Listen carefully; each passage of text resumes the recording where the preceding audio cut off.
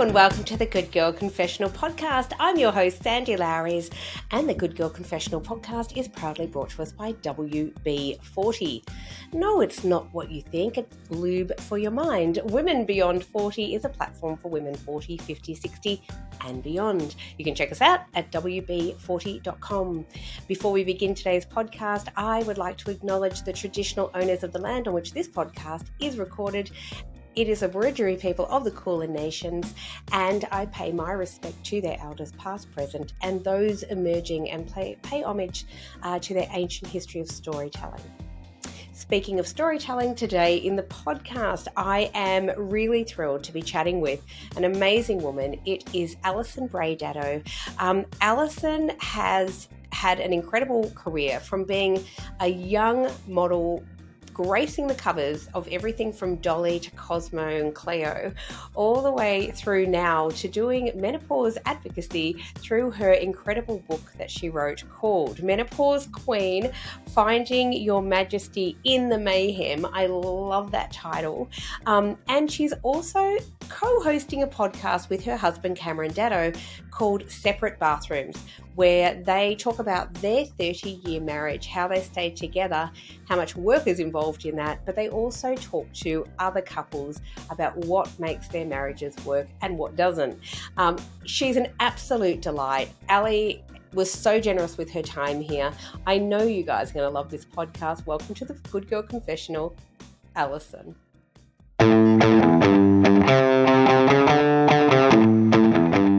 Hey, it's another Sandy here, Sandy Davies. I'm the founder and formulator of Happy Pause Balm for intimate dryness. Find us over at happypause.com.au. That's happypause.com.au. And get some happy on down there. And in the meantime, keep listening to Powerhouse Sandy Lowres on the Good Girl Confessional podcast, where every woman has a story. Hello, Alison, and welcome to the Good Girl Confessional. How are you today? I'm good, Sandy. Thanks for having me. I am very excited to have you, and I must say I'm loving your glasses, by the way. Very nice. Aren't they cool? They're kind of new, and I really like, you kind of got the bigger glasses as well. Like, I really like the big reading glasses. I'm kind of thinking, I like this color, but I may go for a bolder color at some point as well. Quite like that. This must be, because we're about the same age. I think it must be like this thing. I'm really into these, as you say, the bigger glasses now. Yeah. And I've got a pair that are even bigger and they're really dark. And I kind of wear them and I go, oh my God, look at me. I feel a bit like Iris Apfel, and I'll take that because I love her. Oh, what a great image. Yeah, Right? Totally. I know. It's like if you can't see, you may as well wear some kind of fashion statement on your eyes. That's what I'm starting to think. And, like I have a friend, seriously, she wears these really like hot pink and bright blue glasses all the time. And she looks phenomenal, and she tends to wear like those colors a lot as well. And I love it. I am loving this, and I need to lean into it a little bit more. Yes, absolutely. Absolutely. I am so excited to be chatting with you today. We just had a very brief chat before I hit record, and one of the things that I love is that I was talking about how menopause is becoming mainstream. How epic is that?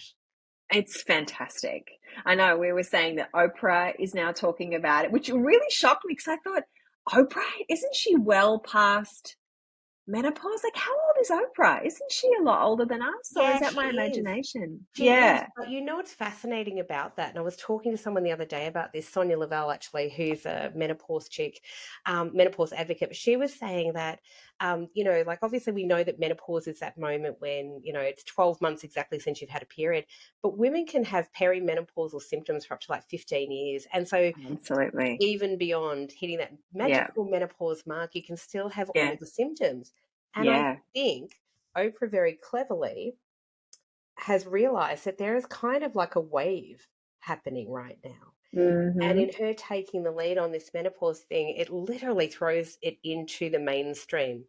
Yes, I know, so much so. And I mean, you've got Naomi Watts, of course, that's doing a lot. She's got her own company creating goodies for menopausal women, and I know Gwyneth Paltrow's put a toe in there somewhere.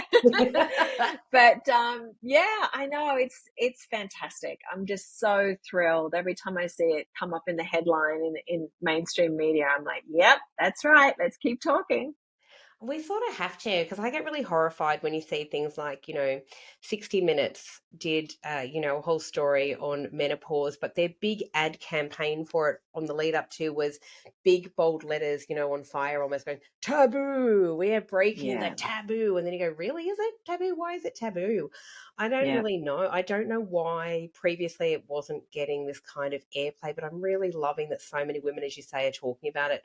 And I was talking not long ago to a lady, Sandy Davies is her name, and she started like Happy Pause Menopause Balm, and she started it, a bit like Naomi Watts, and she started it because she said, well, necessity is the mother of invention, and she went through menopause, and she said, no one told me about like vaginal dryness, and that I was going to be, trying all these products I was allergic to, and then what do you do? I think how amazing though is it that we are finally talking about this stuff so openly and honestly, because guess what? We're all going to go through it. That's right. And I mean, I think it's a question that I'm often asked, like, why do I think it's been something that's not been discussed and people have felt ashamed, about going through menopause. And I mean, the history of it is just atrocious, going back years and years, of course, going back to the Victorian age, and where it was just doctors operating on women trying to cure menopause. But I mean, it's really when, and women being institutionalized for hysterics, which was just probably perimenopause happening. But it's anything to do with aging, mainstream media, Western culture, we're not okay with it, particularly when it comes to women. It's so if menopause is very much intertwined with that, because you only get it as you get older, mostly. But so I think there's just so much around that needs to change, and just being able to view women as really powerful as we get older and really wise. And I think that if we can start to sort of just hear from women talking about it and see how they've understood it and led their life in a beautiful way, in a powerful way, and they're postmenopausal and talking about things that are really important to them. And I had a breakfast, not just with me and Ita Buttrose, it was for an event, but she happened to be there. How exciting, because I fangirl over Ita. Like, she is, oh my God, I adore her. Right? She's 81. It's so hard to believe. Head of the ABC, and she is so cool. I was like, that's what I can't wait to be 81 and be like her. Like, she's phenomenal. So women like that, you just go, yeah, we need to hear this. We need to see you. We need to see you in mainstream media all the time, advertising things, it's really important, because we're pretty amazing at our age.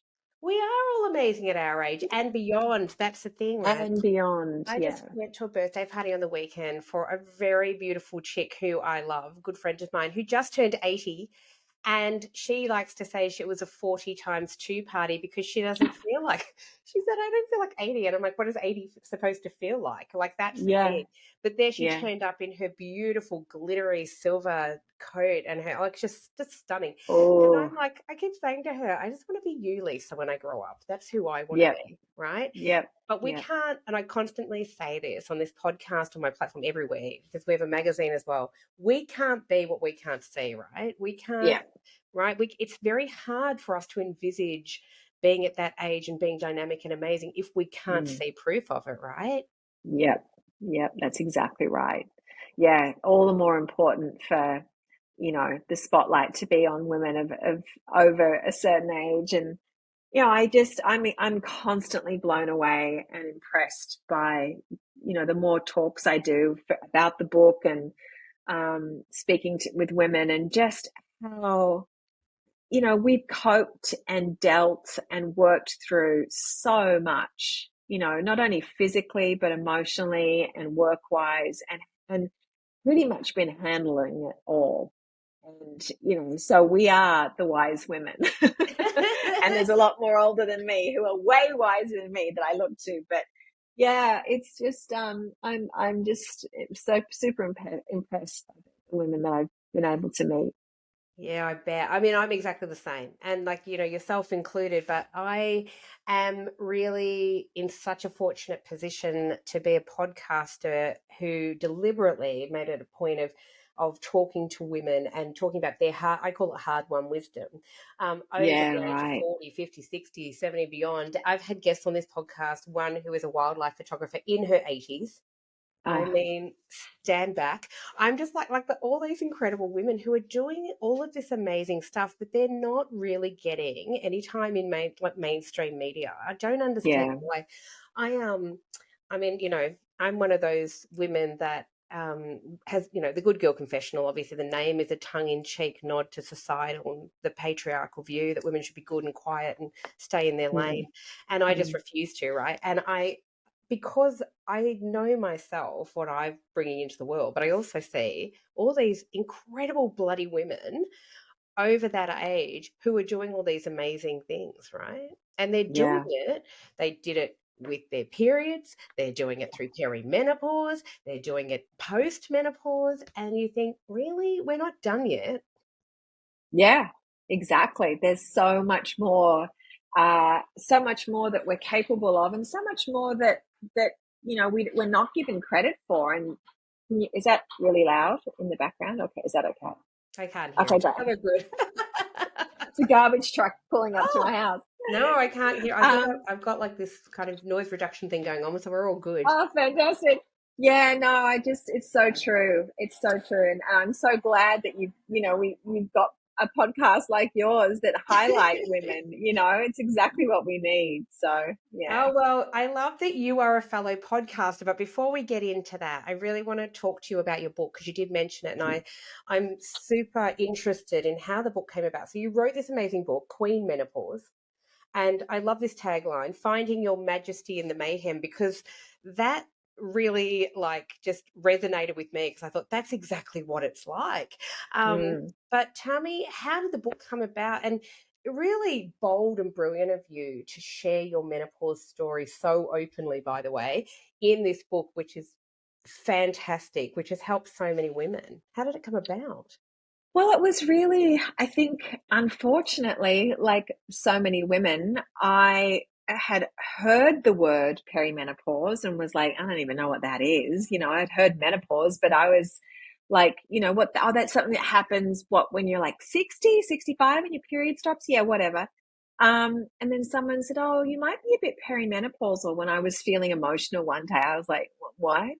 Um, and then, of course, perimenopause really came a calling and hit with such a huge impact. And as I write in the book, it was the perfect storm because I was moving our entire life from Los Angeles back to Australia, 25 years in one country. I was emotionally, physically, mentally exhausted, which I'm sure sent my symptoms skyrocketing. But I was in it in Australia and just suffering so much and challenged so much by it, particularly the mental part of it. And I felt so, so lonely. And everywhere I didn't know anyone to talk to. None of my girlfriends had talked to me about it. My sisters hadn't talked to me about it. And I couldn't believe when I started to just doing a little bit of research, the amount of symptoms and the sometimes the severity of the symptoms, not for everyone, of course, and that this was something that we were all going to go through. And there was nothing. It was like this empty desert of information, unless it was only via Google with the most depressing facts on the planet. And I was like, this can't be it. Like, this can't just be it. This can't just be all there is to menopause, that like there's some kind of punishment when you reach your 40s and 50s that, hey, you've done all this, you've had your cramps and your endometriosis and your miscarriages and your torn perineums. Here you go. have this as well. I was like, this cannot be what the universe gives us. Hello, Sandy here from the Good Girl Confessional podcast. The Good Girl Confessional podcast is proudly brought to us by WB40, a platform for women 40, 50, 60 and beyond. Thank you so much for watching this video. If you'd like to see the rest of the video, please head over to WB40.com and subscribe to WB40 Extra. By subscribing to WB40 Extra, you're helping to support the hard-won wisdom of incredible women. So thank you. Please remember to like, share and follow.